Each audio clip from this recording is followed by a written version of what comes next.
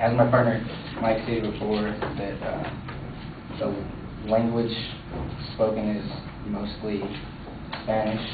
The breakdown of the state's proponents based on the language ability is 2.2% speak only English, 42 are better in English, or 42% are better in English, 25% have no preference, 27.5% are better in Spanish, and 3.4% speak only Spanish.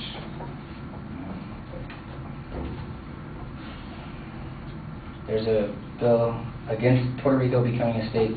There's a bill that's being proposed in Congress to make English the official language. And if this bill is passed and Puerto Rico does become a state, the inhabitants will have to abide by this requirement.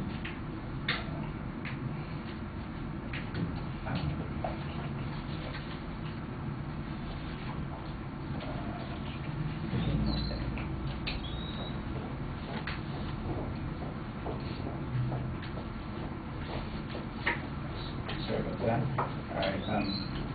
As Mike stated before, also half the population lives in poverty, and 50% of and half of them aren't eligible workers. Once again, he said that the cost of living will greatly rise, and so will the utility bills, and they hardly have any income to pay for it as it is now. So once they increase, I mean, their salary might increase, but they're still going to be paying more, so it's going to be the same, and they're poorer than our poorest state in the U.S. Statehoods have their costs. They would be forced to pay more federal taxes, and they would lose a sense of national security.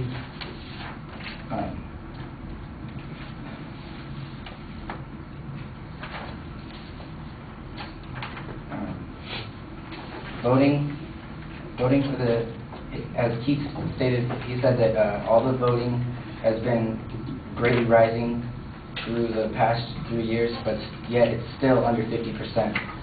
So even if it's rising, it's not past 50%. So I don't see how it's going to pass.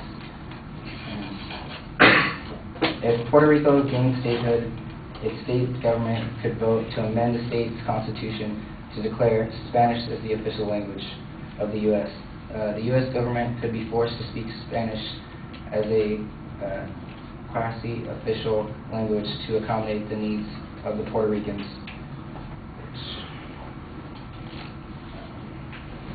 Puerto Rican statehood and mandates for making English the official language of the U.S. Generally will generate friction over languages and culture. If this friction translates into political turmoil similar to the bitter, sparkless struggle in Quebec, it could undermine the long-term assimilation of Puerto Ricans into American society.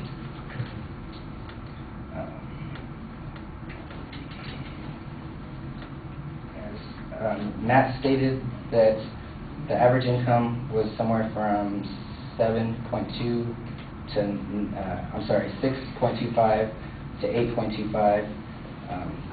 According to this article on LATimes.com,